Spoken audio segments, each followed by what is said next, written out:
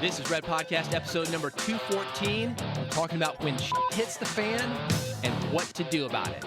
That's coming up. This is the Red Podcast, the marketing podcast for influencers. Rise above the noise. Expand your audience. Deliver impact. Here's your host, David Hooper. About a month ago, I was walking out of the gym. I just finished a great workout. And I'm going to my car, and I'm thinking to myself, life is really good right now. I've got a great wife. Health is great. Business is doing well. I hopped in my car, started it up, and on the radio, there's a song playing. You've heard it a million times. It's been a staple for 40 years on rock radio. Crazy on You by Heart. And I never really paid attention to that song, but I paid a little bit more attention this day because the guys in Heart, they'd just been through town, and I was able to spend some time with them hanging out a bit. So now I'm more interested in what the band is doing. When you know the history, the personality behind something, it makes it more interesting. And that's what I try to do here at Red Podcast. Show people the history, the personality, the things that you're bringing to the table to make them more interested in what it is that you're doing. So I'm driving home, Crazy on You's playing. It's a great day, and I'm almost... That's how the story begins. This is Red Podcast, the podcast for influencers. If you're a blogger, podcaster, speaker, this podcast is for you. I talk about how you can gain influence, credibility, authority in your business while making money. How do I do it? More or less, I show you how to make a name for yourself. I've been doing this in the entertainment industry for over 20 years, and now I'm doing it for people like you, authors, speakers, podcasters, entrepreneurs with messages to spread. So if you're looking to build your celebrity, your influence, your authority, you're in the right place. One of the best ways to build celebrity, it's not sexy. You won't see the Kardashians mention it, but it does work. It's email. And if you're interested in building a big, authoritative email list that gets results every time you mail to it, you need ConvertKit. They got everything you need. Personalization, segmentation, so you can just reach specific parts of your list that want a specific message. The thing I love is a WordPress plugin that allows you to collect email addresses with ease. If you want a big mailing list, you've got to get the kit. Go to getconvertkit.com for a free month. Check it out. You're going to love it just like I do. Getconvertkit.com. The first thing that I remember about what happened was that I opened my eyes and I realized that the airbags had gone off. My head was ringing, had massive pain in my chest. It felt like somebody had taken a sledgehammer and struck me in the chest. I couldn't hear out of my left ear. I looked to the left of me through the driver's side window. There was a smashed car right up next to me. Looked to the right, and there's a woman looking in. It turns out that I'd passed out. I'm not sure how long I was out, but there are people all around. There's a woman looking in. I unfastened my seatbelt, crawled over through the passenger side, and I didn't really know what had happened. But looking at the situation, as Wendy, the editor of my book, would say, my car... It's just a big jumbled mess. Completely smashed in on the front. Another car completely smashed in on the front. The driver, just 16 years old and 3 weeks. He'd only been driving 3 weeks in a brand new car with a 15-year-old friend, with a dog, probably texting, had tried to turn as I was going through an intersection. The result, a head-on collision. We're probably going 30 miles an hour each. Huge impact. The result to me, not only a smashed car, but bruised ribs, bruised sternum from the seatbelt injury. That's why my chest was hurting. Every time I would breathe, it would hurt. Sneezing was the worst. It felt like an explosion in my chest. Went to the doctor, a couple of chiropractors, soft tissue damage in my chest, wrist damage, burns from the airbag up and down my arm. But the good news is, according to the chiropractor, because I've done yoga, because I lift weights and had muscularity to support the spine as well as the flexibility, I wasn't in as bad a shape as I could have been. It's still pretty bad. It's over a month, still recovering, still going to the chiropractor multiple times a week. Got electrodes that are hooking up to me to try to repair some of the soft tissue damage, start the healing there. Cold laser to reduce the inflammation. It's basically been a lot of pain. There were days when it hurt to get out of bed. Every time that I would move, it would hurt. I couldn't twist. More than a couple people, they were like, "Man, are you okay?" I was walking around like an old man. And here's the important part of the story. As I mentioned, 16-year-old kid, brand new car that he's not familiar with, driving only 3 weeks. By the time I got out of my car, his mother was already on the scene. How did that happen?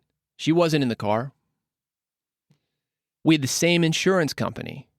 Settling this situation, everything went through one adjuster. He was judge and jury. He made the decision on who was at fault. Turns out the kid, 100% at fault. And that was obvious to everybody. But this adjuster couldn't get in touch with this 16-year-old kid. He kept trying and trying and trying. And the mother, the one who was there before I even got out of the car, she was blocking this guy, telling him, he's very upset about this. He's not able to talk to you right now. I can answer any questions. But she couldn't answer any questions because she wasn't there.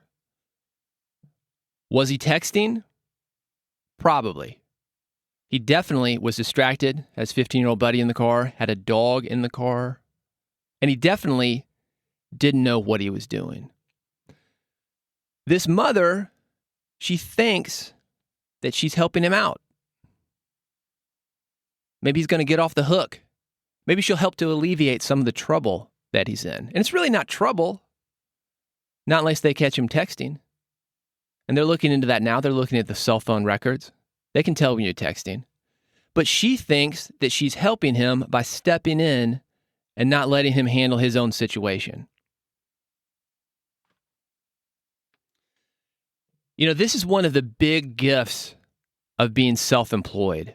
It's one of the big gifts of running a company where you've got to deal with other people in your day-to-day life, whether they be clients, whether they be employees. You develop a huge tolerance to situations like this. Being an entrepreneur, it allows you to handle things like divorce better because you've been through bad business partnerships. You build tolerance to things like this because of the changing taste of the market and the changing technology that you have to deal with. Little things like a car don't get you down that long. You smash a car, go on about your business. Most people, if they bounce back, they take a lot longer.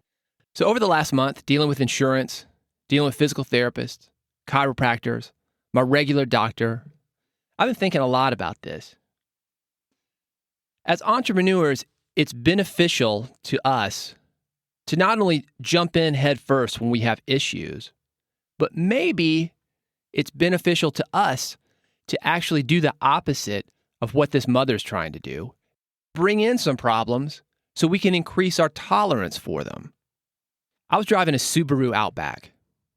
Not a fancy car, it's a utilitarian car. If you go to places like Colorado, you're going to see Subarus everywhere because they got to go up hills, down hills, rain, snow. And I had the car just for that reason. Laurel and I like to vacation in the mountains, go there 3 times every year. Comes in handy. It's a good travel car. Not fancy, but it's utilitarian and it works for me.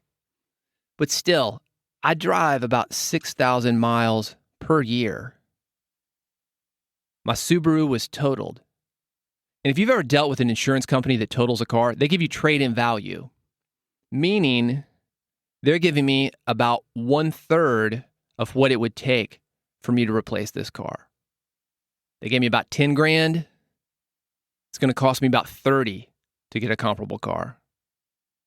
Is it worth me investing $20,000 to more or less get exactly what I had a month ago? Now that can increase my tolerance for bullshit taking $20 out of the bank to get exactly what I had before. But then when I think about the fact that I'm only driving 6,000 miles per year, maybe it's time to look at some other options. I'm in the city. We've got Uber. We've got Lyft. We've got buses. I can walk a lot of places. And those things are certainly possibilities for me. My wife, she said, hey, it's a good time to get that electric BMW I've been looking at. Just a little bit more money than I'd have to invest to get another Subaru. But when you talk about identity and ego, when I think of BMWs, I think those cars are for assholes. There was a study a couple of years ago. I'll have it linked at redpodcast.com/214. These researchers did a study about the behavior of people in BMWs and found that they are the least courteous drivers on the road. And they've got that reputation. It's what a lot of people think when they think about BMW. And I told my wife about this, and she said, no. This is the electric BMW. The electric part cancels that out. But then I go back to the fact that I'm driving 6,000 miles per year. And I want to increase my tolerance, but I'm not quite ready to completely give up on the American dream of having a car. So here's what I've done. I took $1,000 and I went and bought a 1999 Nissan Altima, or Nissan, as they say in the South. 1999. My car is older than the kid who hit me. And I gotta admit, it's a little weird. Went to a business meeting, showing up in a 1999 $1,000 Altima. That's the kind of tolerance for pain that I'm talking about building up. When you get out of a car like that and you're at a meeting trying to sell clients on a huge proposal, you've really got to have your inner game going. Just yesterday, I was at a wedding. Bunch of rich people. Show up in my 1999 $1,000 Altima. Have the valet park it. I'm following a Mercedes. Behind me, Cadillac SUV. You got to have balls to do that, man. And tolerance to those uncomfortable situations is what I'm working on. Going into situations like this and completely not giving a shit. Zero fucks given. So my plan is to do this for a year. If the car holds out that long, see how it works. And I'm looking for other opportunities during this year to increase my tolerance for bullshit. Because that is what's made me a great entrepreneur. It's what's going to let me expand my skills and become a better entrepreneur.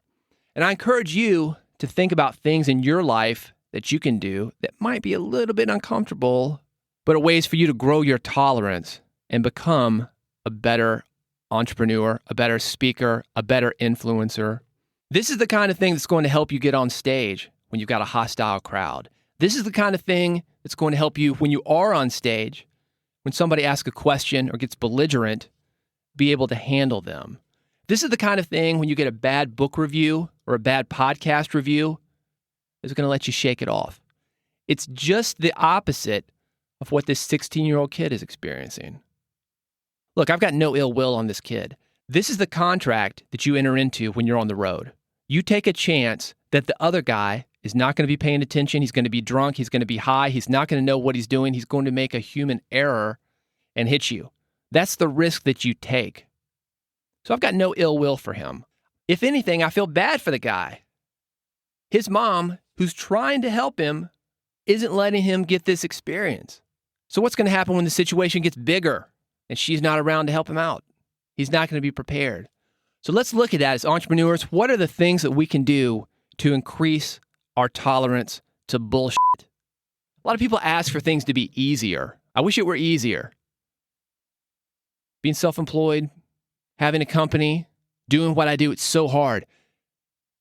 This is the opposite of that. It's asking to get stronger, and it's putting yourself in situations that are going to make you stronger.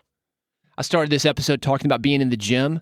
That's what happens when you go to the gym. When you're lifting weights, you're tearing muscle fibers, injuring them, and they come back stronger. That is how it works in business. You're breaking that tolerance down. So the next time when you're in a situation and you need to use that tolerance is stronger. If you've got comments, you've got questions, you've got experiences where you've been in situations that have broken you down and you've come back stronger, I would love to hear them. Reach out to me on Twitter. @DavidHooper is the way to do it. Next episode, I'm going to talk about a social media mistake that top influencers are making everywhere. Facebook, Twitter, Instagram. You can't get away from it. Are you making it? Maybe. You're going to find out on the next episode, because if you are making it, it's costing you business. Thank you so much for listening to Red Podcast. To subscribe, visit redpodcast.com. One click is all it takes to get every episode delivered for free. Doesn't matter if you're on an iPhone, Android. Get your podcast via the web. One click. You'll never miss an episode of Red Podcast. Thanks so much for listening. I'll see you next time on the next episode of Red Podcast. You've been listening to Red Podcast, the marketing podcast for influencers. Never miss an episode. Subscribe now with your iPhone, Android, or via RSS at redpodcast.com.